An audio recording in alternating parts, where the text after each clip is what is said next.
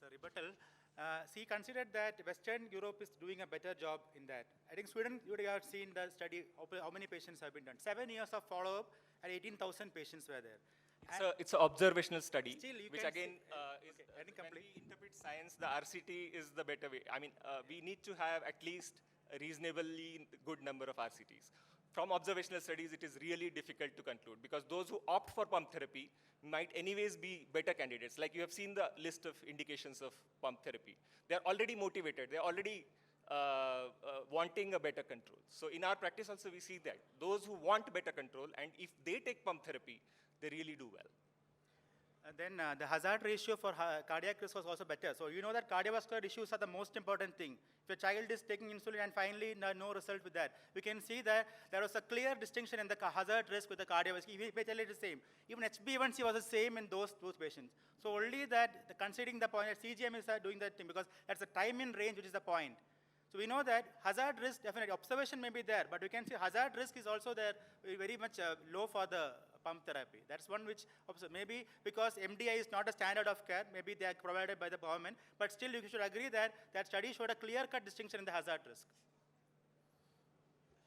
Well, again, my criticism would be same, that with respect to time in range, there is even in case control or these kind of studies, there is not adequate evidence of pump improving the time in range. Particularly, I mean, ultimately these things, I agree with CGM. CGM does show you a lot of information, professional CGM or real time, both CGMs have, but the question is whether adequately done MDI versus pump. I'm not talking of people who just take 2 doses of insulin in a day. I'm talking of adequately done as MDI. Even so, with respect to that, the studies are not adequate. And the cost factor, definitely, I think next 2 years, maybe the government of India itself may have more guidelines maybe coming. So we don't know. So what I heard personally is that the hybrid, the model is actually approved. It is going to clinical study. The model from the Bangalore, that Madam has communicated that already it's into the clinical study. Next 2 years, they will come up with the data with that. So Indian population, he mentioned that it is not a very, but we cannot tell like that. Patient has to try it, and maybe indigenous pump may be the way forward. We don't know. But still, all these we should say that pumps technology should not be ignored. And not all, but most of the patients need to have a pump. Thank you, Mohan. Thank you, Ganesh. And I would like to invite Dr. Archana. Please come for the discussion. Dr. Archana. We also have to participate. Please come. Please come.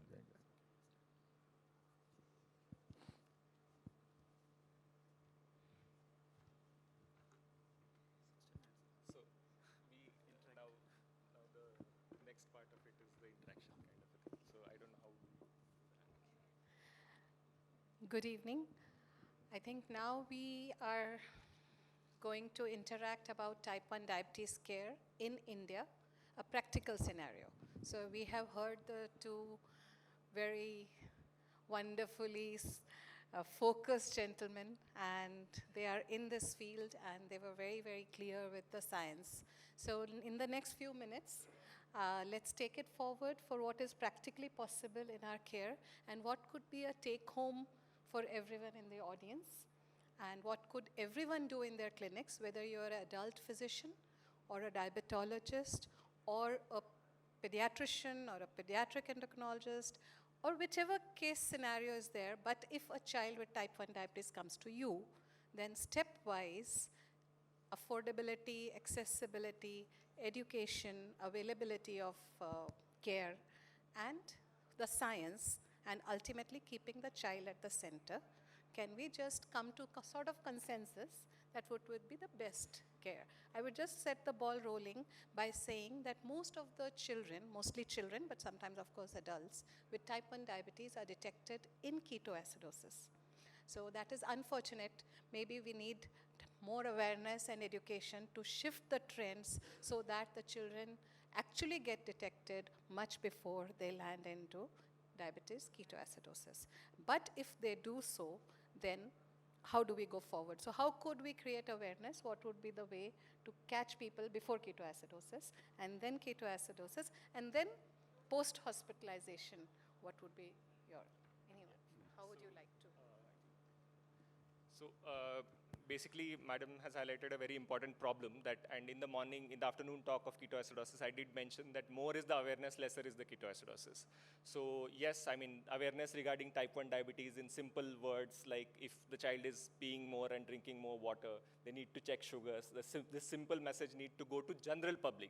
I mean, awareness through doctors is one thing, but I think now there are enough fora to make people aware of diabetes or type 1 diabetes in general public. That can take help of electronic media, print media, social media. So the awareness of type 1 diabetes definitely needs to go up so that the number of patients who come or even die with ketoacidosis goes down. I think both Mohan and I are on the same page when it comes to talking about intensive insulin therapy. Whether you choose MDI or whether you choose insulin pump, people with type 1 diabetes have to be managed with a basal or multiple short doses of bolus kind of a concept, not with twice daily insulin or not with, unfortunate reality is that although we are debating MDI versus pump here, unfortunate reality is that majority of patients with type 1 diabetes today are being taken care by twice a day mixed-ard or 2 doses of insulin a day. That picture has to change. Obviously, we have to design India-specific approaches, which could be a middle path. I mean, which could be a middle path where we balance cost, effectiveness, as well as the outcomes. And I feel that mind plays a significant role in this. And if we have a happy and peaceful mind, then that is the first step to begin with. So I think India can guide the world in a spiritual kind of a way, where we start with the healthy or focused mind first, because everything will fall into place only after that. Whether you are on pump, whether you are on MDI, if your mind is okay, if you are disciplined with respect to diet, lifestyle, and if you're taking insulin adequately for your meals, and testing, even testing can be modified with respect to the resources of the family. For example, if the family can afford only 10 tests in a month, if they are doing that just before your visit and showing you a pattern, you'll be able to make better judgment with respect to. So we need to tailor-made the frequency of, the type of insulin, the frequency of insulin, and the frequency of testing for that particular child in mind. In my experience, involvement of family is very important. All of us agree that the families who come together and manage diabetes together do generally well, irrespective of what therapy they are on. If the treatment is left to the child alone or to the one of the parent, then invariably it leads to problems. So if the family is cohesive, that's a very important factor in diabetes management. Mohan, would you like to add? Yeah. Insulin analogs are actually help the type 1 diabetic, because timing on the food, 5 minutes, that's one thing which we can agree. And in Kerala, we are very happy that the government of Kerala has approved the grant, and it is an ongoing program. So from South, definitely I am working there, so I am very happy because my patients seldom have a discontinuation of the insulin. But of course, we should understand that patient needs to carry that insulin wherever they go. Sometimes for 5 days we are going out. Can we take some oral medicine in place of that? Type 1 diabetes is an ongoing process. We cannot ignore the insulin part. Then twice daily, definitely it is not the standard of care for type 1. And we should understand that even type 1 can occur in 20s and 30s. I have some patients who go beyond, I have some patients who are rare cases, but still type 1, they behave like, so we may have type 1.5, but still those patients who require insulin, we should understand that and focus on that patient. And guidelines, I think ISPAD, ISPAE, I think Indian Society of Pediatrics also has got a lot of things to do, and we have got a next conference in Trivandrum, so maybe we are also going to have discussions on that. So I think this is a very useful platform for interacting. I think that's what I say. Thank you. So I had a point here. I'm an adult physician, and I take care of underprivileged rural children with type 1 diabetes. So I'm just going to take a minute from that perspective.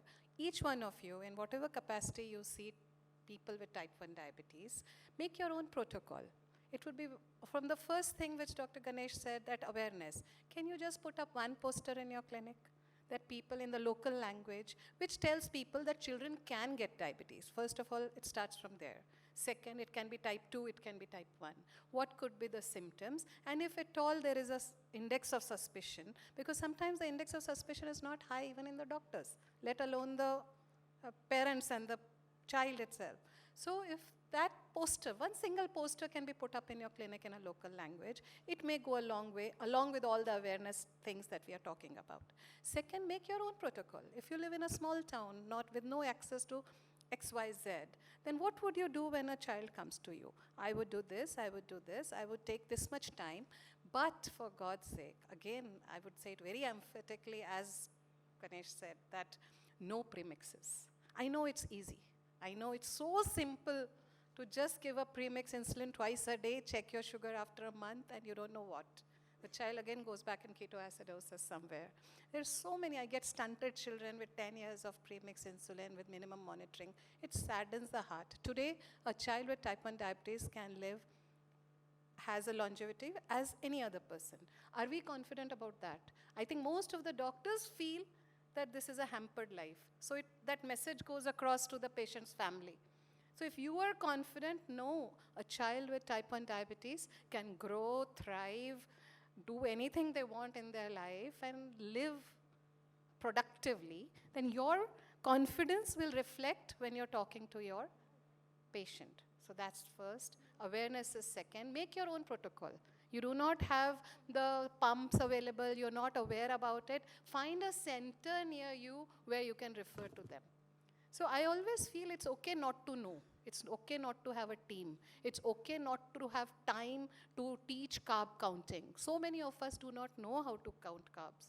I had to learn it all over again when it started because it was not part of our medical training at all. It didn't exist at that time. So if you can't do it yourself, find a source that I will manage the first month, get the child out of ketoacidosis, stabilize, motivate the child, and then who is near me in my next 60 kilometers, where can I send the child, where the child will get the next level of care, and where will the child get evaluated. And finally, the choices should be offered. I know people in rural areas who we think will not be able to do it, but find a source of getting a pump and a CGMS, and people in the best of places who are not fit, as we just saw, because they're not motivated enough. They can afford it, but they're not fit candidates for the pump. So, but we should offer these choices to each one of them. So I think a little focus on type 1 diabetes in our country amongst all of us would go a long way in saving children and a productive type 1 community in this country. Anything you would like to add? Regarding CGMS? Yes. Regarding CGMS, there is no confusion because the accuracy of the device is important because we know the real-time CGMS is better. You have some small data, but accuracy depends on the MARD. So better MARD means we have to get a result in get good manner. So the CGM data has shown better that even in MDI patients. So that Commissar study was published so that it's a good thing. So technology, definitely you should have it. And when you have dedicated helpline like we have in Kerala, that's the one way which patient can themselves report to us instead of we having to call them every time. Strips are not too expensive. If you really buy at the right place today, as low as 6 rupees is the cost you would get for a strip. So if you really want to give that offer, if you don't want the margin, then at the cost price, 5 to 6 rupees is the availability of a good standardized company with a glucometer is a one-time cost of 600 or 700 rupees, that's it. I mean the cost price. And doctors can easily access that. CGMS to people who can't afford it at a cost price is also not very expensive, right? So cost is only a relative barrier when it comes to management. I think with respect to there are lots of things in the armamentarium. I think we have to just decide what is good for the person or family that is sitting next to you. Yes. Any questions about type 1 diabetes? Because Yeah, this is I a have a very big question, ma'am. topic and we are just, Yeah, I have a question, ma'am. yes. I totally agree with you that in type 1 premix, better to be avoid. But if patient is poor from uneducated family, what is your view on mixing Actrapid and NPH together in the same syringe? You can do that. So take regular insulin, take NPH, see the pattern of sugars of a child, see the how the day goes when the child goes to school, make your own regime. Every child, every educator in my clinic can make their own regime as per the child's requirement. Because the child has to take a regular insulin, we know the action profile of that. The child has to take NPH, we know the action profile of that. So wherever it is suitable to mix, maybe the morning can be mixed and the evening can be given separately. So what is the dinner time? What is the bedtime? And you can use regular and NPH as the a very same good syringe we regimen. can That's a give. fantastic strategy. Just that that's a fantastic strategy for poor patients, but Yes. don't just give it twice. Give an afternoon dose of regular Yes, insulin for the lunch. Yes. That is basal bolus therapy basically. You're using NPH as a basal insulin, twice daily NPH and 3 times regular insulin. That is good enough for those who cannot afford the analogs or other costly Yeah, therapy. it is also been said that when you are mixing it or getting the insulin together, you better take the actrapid or short acting first and then NPH. No, better nahi. That is the only way it has to be done. So It my has to be question regular is- insulin my first in the question syringe. is, if NPH get mixed into the short acting vial, do we need to discard it immediately? Yeah, I mean, certainly it is going to change the profile of the, if the NPH has got mixed to the regular insulin, it is going to convert portion of the regular insulin into NPH actually. So it's going to make it into intermediate insulin. So better Now, to discard the vial. you can take a decision based on if very tiny amount has gone and if the sugar readings are not unaffected because of that, probably you could continue, I don't know. But I don't know what is the correct answer to this question. Yeah, Correct answer is it shouldn't happen. thank you. A good training to the child or the mother, it will not happen. 20 years my kids have been doing it, it has not happened. But if it does, again, as he said, depending on how much, and you can actually measure, it might be just a unit while taking in, went in, and you don't want to throw the bottle. But it has to be 3 times a day, sometimes 4 times a day. School insulin, afternoon insulin is absolute must for the growth of a child. Thank you. Thank you, Dr. Mohan, Dr. Ganesh, Dr. Madam Sarda Madam. Type 1 diabetes need education, and family support. Either we are going to the self-monitoring of this one. Thank you, sir. Thank you. Thank you, Dr. Agarwal.